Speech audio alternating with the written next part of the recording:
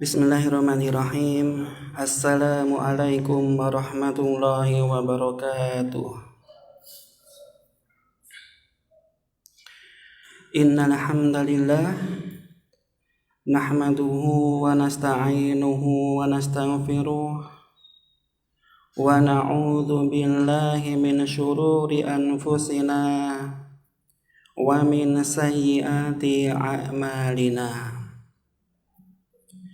Man yahdihillahu fala mudilla lahu wa man yudlil fala hadiyalah.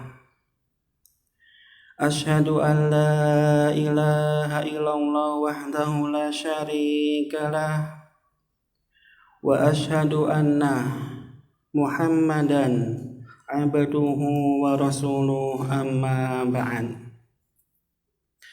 Ma'asyiral muslimin, para jamaah salat maghrib rahimani wa rahimakumullah.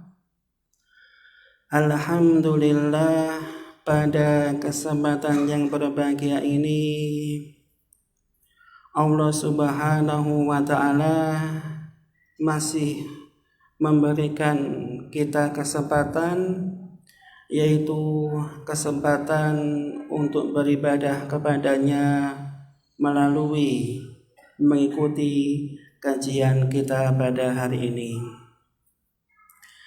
Kemudian salawat dan salam senantiasa tercurahkan kepada junjungan Nabi kita, Nabi Muhammad sallallahu alaihi wasallam, beserta keluarganya, sahabat-sahabatnya, dan orang yang senantiasa meniti jalannya. Ma'asyiral muslimin rahimani wa rahimakumullah. Insyaallah pada kesempatan kali ini kita akan melanjutkan pembahasan, yaitu kitab Minhajul Muslim, karya dari Asy-Syaikh Abu Bakar Jabir Al-Jazairi rahimahullahu ta'ala rahmatan wasi'ah. Dan kita telah sampai pada bab, yaitu adab makan dan juga adab minum. Adab makan dan juga adab minum. Dan kita telah sampai pada poin yang yang B, yaitu adab-adab ketika makan. Adab-adab ketika makan. Dan pada pertemuan kemarin telah kita bahas sampai nomor yang kelima. Sampai nomor yang kelima. Langsung kita masuk ke nomor yang keenam. Qala al-muallifu rahimahullahu ta'ala rahmatan wasi'ah, bahwasannya sang muallif, penyusun kitab ini, pada nomor yang keenam di antara adab-adab ketika makan, alla yanfukha fit ta'amil har wa alla yut'imahu hatta yabruda. Yang keenam adalah di antara adab ketika makan, tidak meniup makanan yang panas dan tidak memakan makanannya sampai ia menjadi dingin. Sampai ia menjadi dingin. Apa contohnya ya ikhwah? Contohnya seperti kalau antum makan makanan yang panas. Biasanya makan bakso ataupun mungkin makan soto. Seumpamanya antum mau makan bakso dan biasanya bakso itu dia itu panas, maka hukumnya ketika makanannya itu panas dilarang untuk ditiup, atau bahasa Jawanya itu disebuli. Dan kadang-kadang ini sebagian teman kita lalai, Ya, sebagian teman kita lalai dikarenakan dia lapar dan tidak sabar ingin memakan makanannya. Ketika makanannya masih panas, dia langsung tiup, tujuannya agar langsung bisa dimakan. Padahal di antara adab yang diajarkan oleh Nabi Shallallahu Alaihi Wasallam, seumpamanya ada makanan yang panas, hukumnya dilarang untuk dimakan. Dilarang untuk dimakan. Seumpamanya makanannya itu panas. Dan ini tidak hanya makanan, tapi juga bisa berlaku untuk minuman. Seperti mungkin teh panas ataupun mungkin jeruk panas. Dan kalau antum ingin memakan makanan yang panas ataupun teh yang panas, hukumnya tidak diperkenankan untuk ditiup. Ya. Jadi ini contohnya teh panas, dikarenakan saya haus maka hukumnya nggak boleh ini ditiup, nggak boleh. Akan tetapi ketika makanannya ini panas, kita biarkan sampai dia menjadi dingin atau minimal hangat atau bisa dimakan oleh mulut kita, minimal hangat, ya. Kenapa? Dikarenakan seumpamanya kita tiup makanan ataupun minuman yang masih panas, di antara hikmahnya sebagaimana dikatakan oleh Al-Imam Ibnu Qayyim Al-Jauzi dalam kitab Zadul Ma'ad, yang namanya mulut ini biasanya dia itu sarang bakteri, ya. Dan biasanya kalau kita tidak makan makanan yang continuous, itu biasanya baunya tidak sedap. Sehingga seumpamanya kita meniup makanan ataupun minuman, maka bau yang tidak sedap akan masuk ke makanannya ataupun minumannya, dan biasanya akan membuat jijik bagi orang yang melihatnya. Nah itu, ya. Makanya ya ikhwah, ketika antum makan bakso, itu termasuk di antara melatih kesabaran antum. Ya, sabar nunggu makanannya sampai dingin. Jangan terburu-buru, ya. Di samping itu kalau antum paksakan makan dengan makanan yang panas, itu juga bisa cepat merusak mulut ataupun mungkin gigi. Karena enzimnya ataupun mungkin zat yang melindunginya itu rusak gara-gara makan makanan yang panas, ya. Jadi hukumnya tidak boleh ditiup, ya. Entah makanan yang panas ataupun minuman yang panas.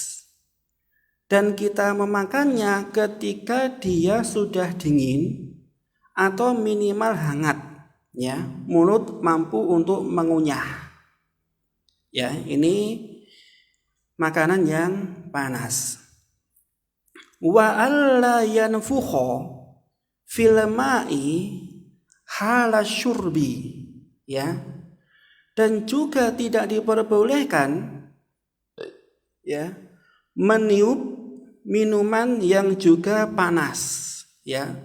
Tidak boleh meniup minuman yang panas. Makanya ya ikhwah, kalau antum ingin makan ataupun minum, kalau bisa antum dinginkan dahulu, ya, tidak langsung antum konsumsi. Wal yatanaffas kharijal ina salasan. Dan ketika antum minum ataupun makan, ya, contohnya ini gelas, ana minum, hukumnya ana nggak diperbolehkan bernafas di mulutnya atau di lubangnya gelas. Ini juga nggak diperbolehkan. Contohnya ana minum, lah ketika ana sudah menahan pernafasan dan ingin bernafas, nggak boleh bernafas di lubang gelasnya ini. Ini juga nggak diperbolehkan. Apa hikmahnya? Dikarenakan yang namanya hidung ya, hidung itu merupakan saringan dari udara yang kotor, ya, disaring oleh hidung. Maka seumpamanya ada kotoran yang ada di dalam hidung dan kita minum sambil bernafas, takutnya kotoran yang ada di dalam hidung itu jatuh ke minuman antum, ya. Ini nggak diperbolehkan, ya. Gimana perasaan antum ketika minum minuman qadarullah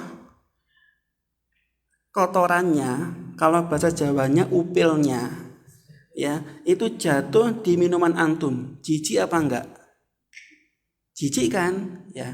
Kecuali kalau ada orang yang mungkin pemikirannya agak konslet. Enggak apa-apa Ustadz, kenapa? Tambah vitamin. Nah, enggak boleh. Ya, tambah vitamin, naudzubillah, ya. Maka caranya ikhwah ketika antum minum, ya, contohnya antum minum 1 gelas, itu biasanya antum 1 gelas 1 pernafasan atau berapa nafas? Berapa? 1 atau lebih? Lebih kan? Contohnya kalau gelasnya seperti ini, kita nggak mungkin langsung kita minum 1 gelas 1 pernafasan, itu nggak mungkin. Maka ketika antum minum di sini, antum ingin bernafas, caranya dijauhkan dari mulut atau hidung antum, baru antum bernafas. Itu caranya, ya. Dan di antara perkara yang dicintai oleh Nabi Shallallahu Alaihi Wasallam, ketika beliau minum itu beliau suka bernafas sebanyak 3 kali pernafasan. Ya, 3 kali. Bagaimana contohnya? Seperti ini. Ini 1 gelas. Contohnya 1 gelas. Maka caranya diminum, kemudian dijauhkan bernafas. 1 pernafasan. Kedua diminum, ketika mau bernafas dijauhkan. 2 pernafasan. Kemudian diminum, ya, mau bernafas dijauhkan menjadi 3 pernafasan. Itu caranya. Jadi perkara yang disukai Nabi Shallallahu Alaihi Wasallam ketika beliau minum suka bernafas dengan 3 kali pernafasan. Ini yang disukai oleh Nabi Shallallahu Alaihi Wasallam. Tapi, ya, seumpamanya antum sudah bernafas sebanyak 3 kali kok masih haus, antum masih diperbolehkan untuk nambah. 4 pernafasan, 5 pernafasan sampai antum merasa sudah cukup, ya. Jangan sampai kebanyakan minum, itu juga nggak boleh. Soalnya kalau kebanyakan minum, kalau bahasa Jawanya apa? Pelempokan, ya. Nah, itu juga membuat perut kita menjadi sakit, ya. Menjadi perut yang sakit. Makanya kalau antum minum ya ikhwah, itu yang paling bagus jangan minum yang dingin. Karena yang namanya es, dia itu kalau antum minum ketika haus, walaupun sudah minum 1 gelas masih kurang. Es itu, ya, masih kurang. Makanya untuk kesehatan lebih bagus minum minuman yang biasa seperti ini, atau yang paling bagus itu hangat, ya. Kalau bisa jangan dikonsumsi minuman yang dingin walaupun kelihatannya segar, tapi itu bisa membahayakan kesehatan, ya. Itu caranya ikhwah, ketika minum maka tidak diperbolehkan bernafas, dan ketika bernafas maka minumannya ini dijauhkan dari mulut ataupun dari hidung, ya. Itu caranya. Apa landasannya? Li hadisi Anas radhiyallahu anhu. Sebagaimana hadis yang diriwayatkan dari sahabat yang mulia yaitu Anas radhiyallahu anhu, anna Rasulullah sallallahu alaihi wasallam, bahwasanya Nabi sallallahu alaihi wasallam kana alasan, beliau ketika minum itu nafasnya sebanyak 3 kali. Jadi maksudnya nafas 3 kali bukan bernafas ketika minum, tidak, tapi dikasih jeda.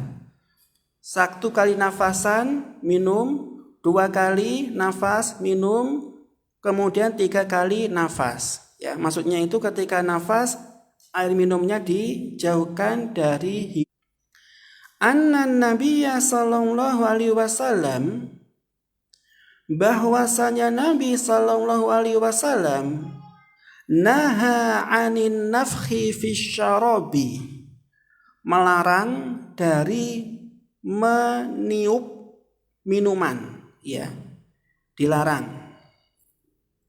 Wali hadisi Ibni Abbas radhiyallahu anhuma, dan juga sebagaimana hadis dari Ibni Abbas, anna Nabi sallallahu alaihi wasallam naha an yutanaffas fil ina au yunfakha fihi.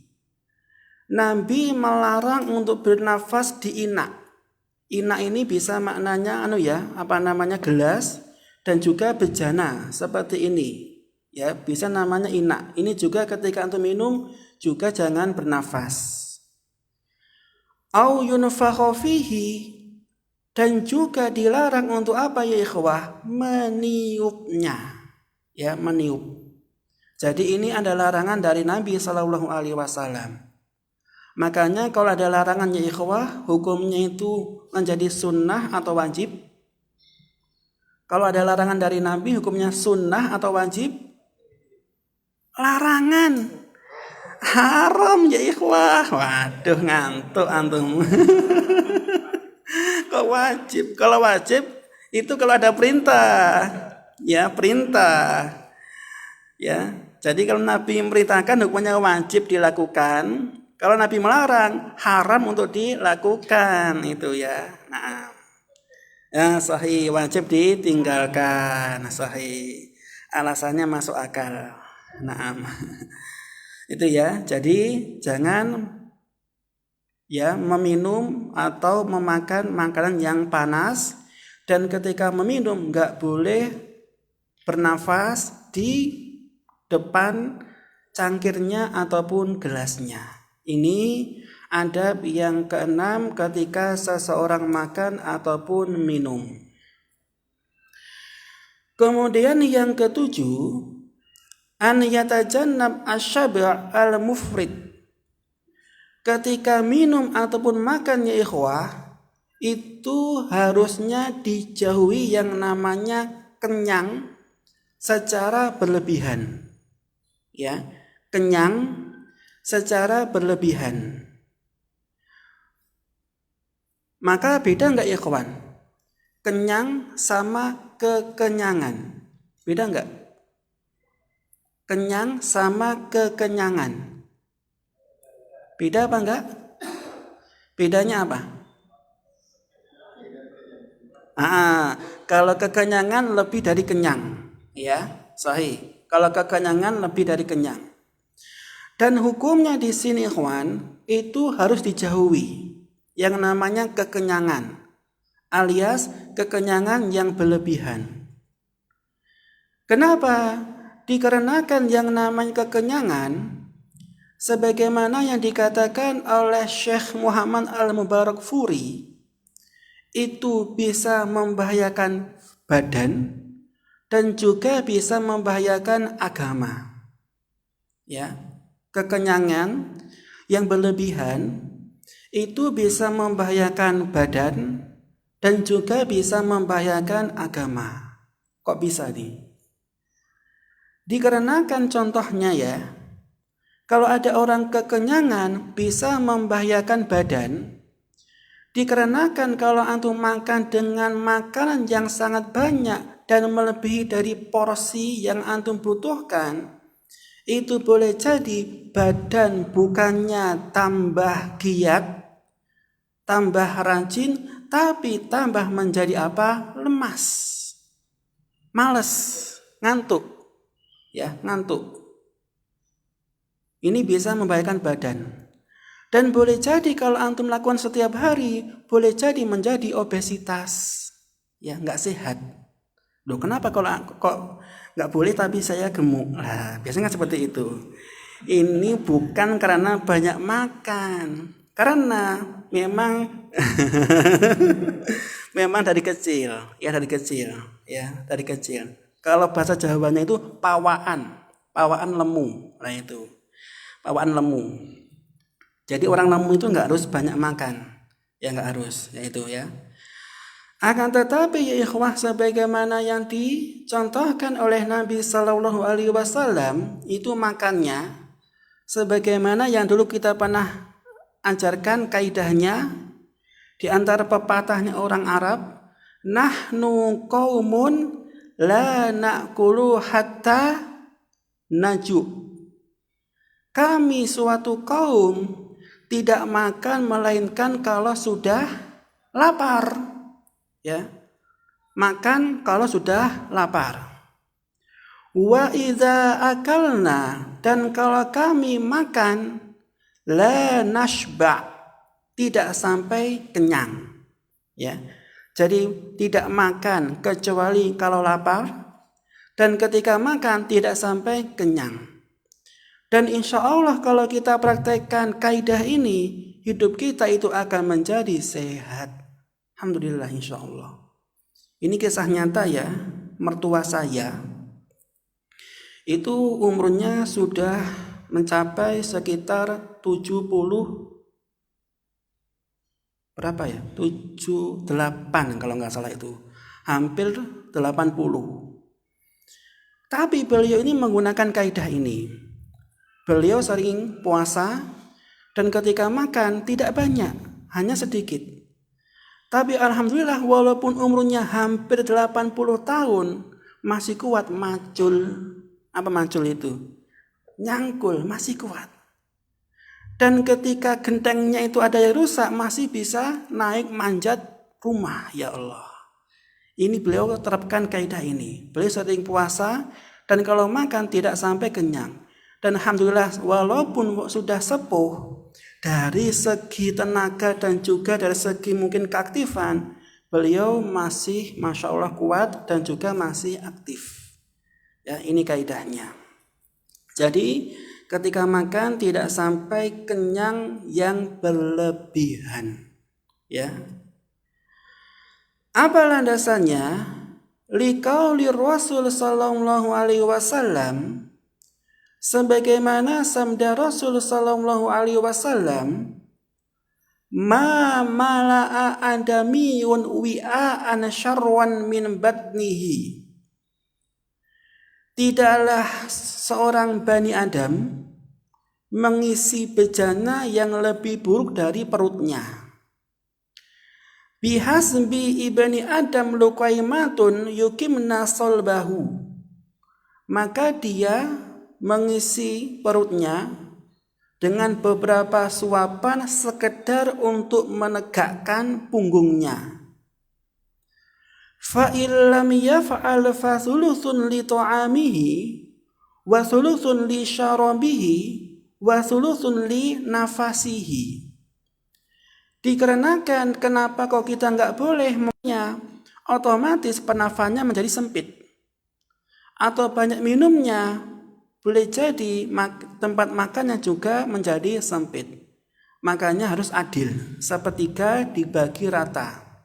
Kalau antum zalim, ya, contohnya di sini terlalu banyak makan dan sendiri, ya.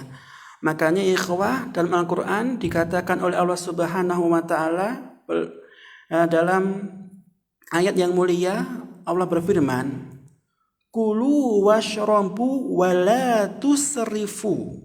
Ya, intinya wala tusrifu.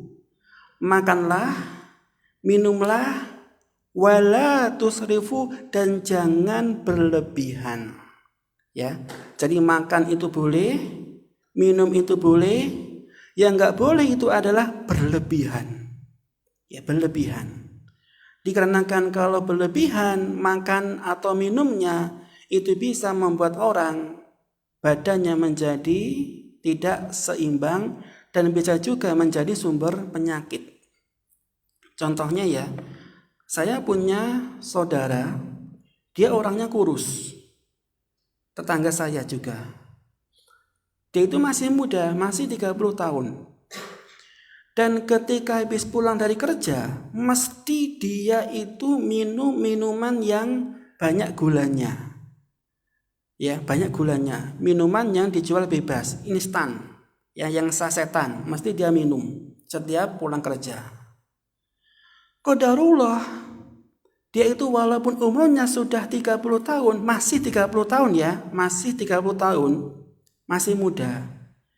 Dia itu kena penyakit diabetes. Alhamdulillah. Masih 30 tahun. Dan kadar gulanya itu melebihi dari standar. Katanya lebih dari berapa ya?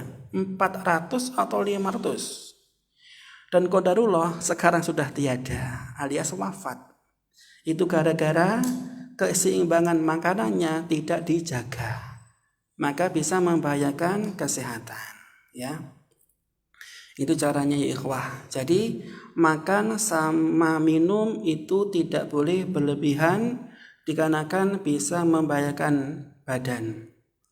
Dan juga yang paling utama bisa membahayakan agama. Ya. Bagaimana ini bisa membahayakan agama? Maka dijelaskan oleh Al-Imam Syafi'i rahimahullah, kalau ada orang makan secara berlebihan, itu bisa mematikan hati, ya, bisa mematikan hati, dan bisa membuat badan ini malas beribadah.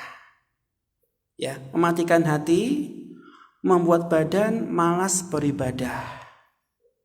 Contohnya seperti tadi antum buka, walaupun tidak buka menggunakan nasi, hanya buah ataupun minuman, tapi ketika kajian alhamdulillah nggak ada yang ngantuk, ya, nggak ada yang ngantuk. Itu karena tidak kekenyangan. Tapi kalau antum makan langsung nasi, boleh jadi itu akan membuat pertama pikiran kita itu nggak bisa fokus, dan yang kedua akan bisa menimbulkan rasa kantuk, dan ujung-ujungnya tidak bisa yang namanya ilmu masuk ke dalam hati antum. Nah itu, ya. Jadi selain membahayakan badan, tubuh, juga bisa membahayakan agama. Ya. Ini adab yang ketujuh, menghindari kekenyangan yang berlebihan. Kemudian yang kedelapan, ya, an yunawila ta'am awi syarab akbaran jalisin. Seumpamanya ya ikhwah, antum makan berjamaah, entah prasmanan karena ada undangan walimahan ataupun yang lainnya, maka sunnahnya adalah didahulukan yang orang paling sepuh. Paling sepuh atau orang yang paling tua, itu harus didahulukan untuk mengambil makanannya, adabnya. Ya. Contohnya seperti ini, banyak sekali orang yang duduk, kemudian ada makanan, ada yang muda, ada yang kecil, ada yang tua. Maka di antara adabnya adalah harus didahulukan yang paling sepuh dulu, yang paling tua. Ada punya muda-muda seperti antum, itu ngalah, ya, ngalah. Jangan malah yang muda malah menangan, jangan. Tapi diutamakan yang sepuh dulu. Makanya ya ikhwah, ada suatu kisah yang sering antum dengarkan tentang masalah 3 orang yang pernah terjebak di dalam gua, ya kan? Dan salah satu di antara yang ketiga ini, dia itu bertawasul, berdoa kepada Allah Azza wa Jal, dikarenakan pintu guanya itu tertimbun oleh batu dan gak mungkin didorong. Maka dia memohon kepada Allah Azza wa Jal sambil bertawasul, ya Allah, dulu saya pernah berbakti kepada kedua orang tua saya, Dan kebiasaan saya setiap malam mesti ngasih susu atau makanan kepada kedua orang tua. Dan saya tidak memberikan makan kepada keluarga saya, melainkan orang tua harus didahulukan. Maka suatu ketika seorang ini pulangnya terlambat, dan orang tuanya ketika dia pulang sudah tidur, dan anaknya ngerengek ingin minta susu atau makanan yang dia bawa. Akhirnya dia nggak ngasih makan kepada keluarganya, tapi nunggu orang tuanya sampai bangun. Maka Allah bukakan pintu sedikit. Dan ini maknanya ya ikhwah, orang tua itu lebih diprioritaskan daripada antum. Makanya kalau antum pulang ke rumah, kalau bisa antum membelikan makanan yang paling disukai oleh orang tua antum. Jangan sebaliknya. Kalau kita mungkin kalau pulang ke rumah, istri dibelikan mungkin pizza, tapi orang tua dibelikan gorengan. Kebalik. Ya, kebalik.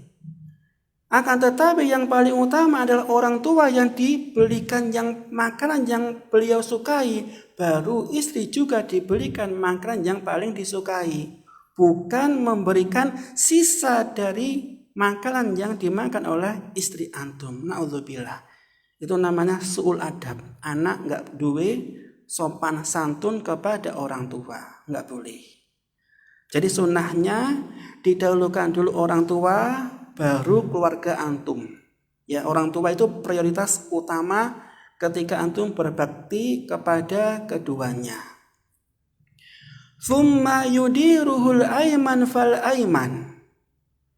Dan ketika makanannya ikhwah itu di majelis, maka yang pertama kali ngambilnya itu yang sebelah kanan, ya sebelah kanan.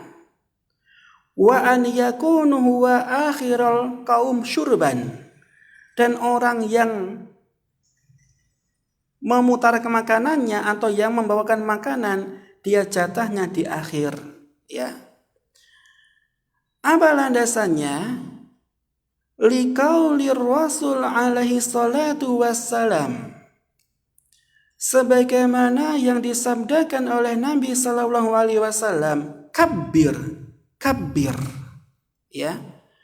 Dahulukanlah orang yang lebih sepuh, orang yang lebih tua usianya.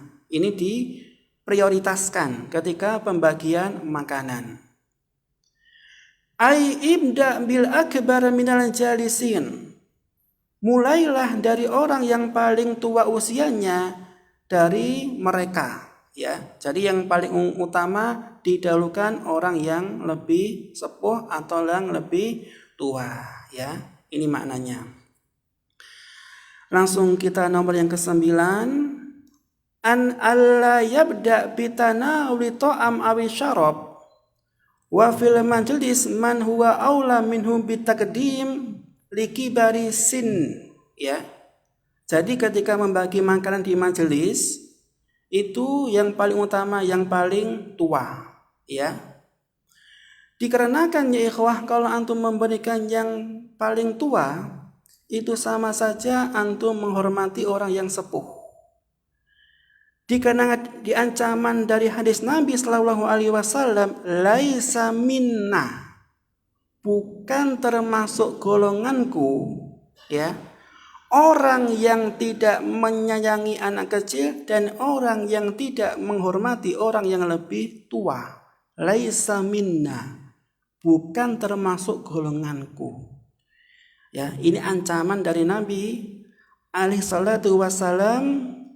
Kalau kita sebagai orang yang muslim harus lebih memprioritaskan orang tua daripada diri kita sendiri, ya. Ini orang tua nomor 1. Harus kita dahulukan daripada kita ataupun keluarga kita.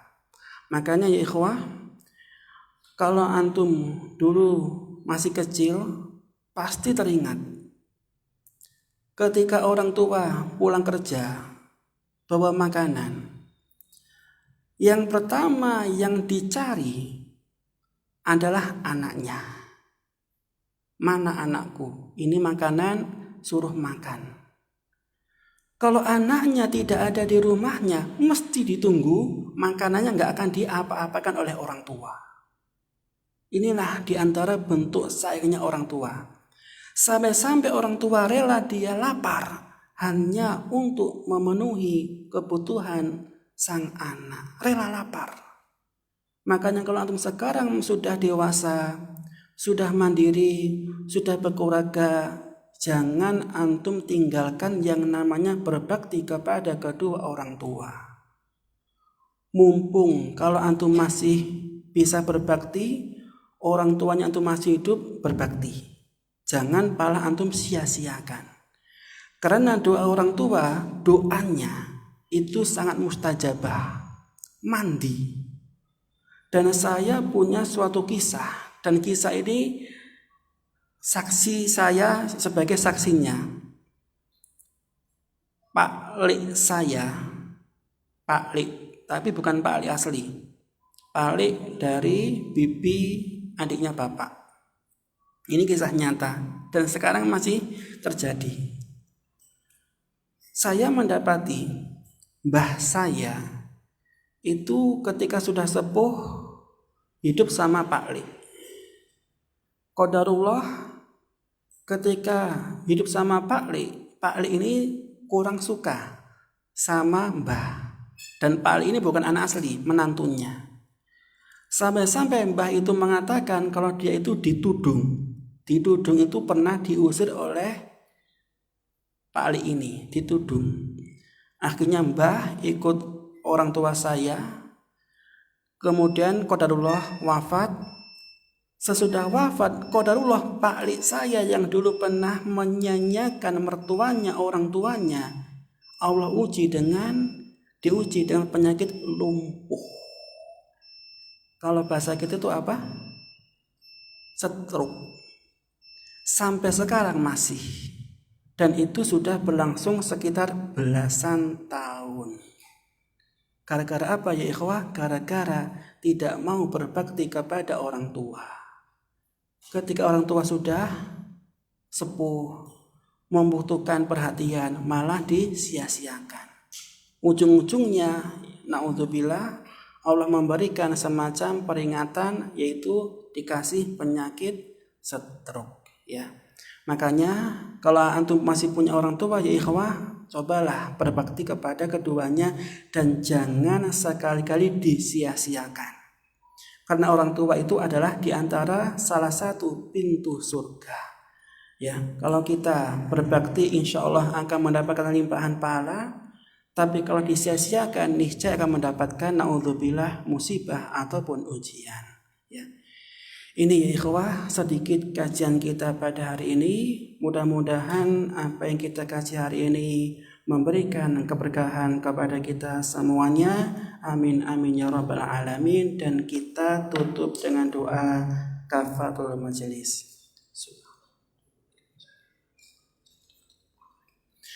Wassalamualaikum warahmatullahi wabarakatuh.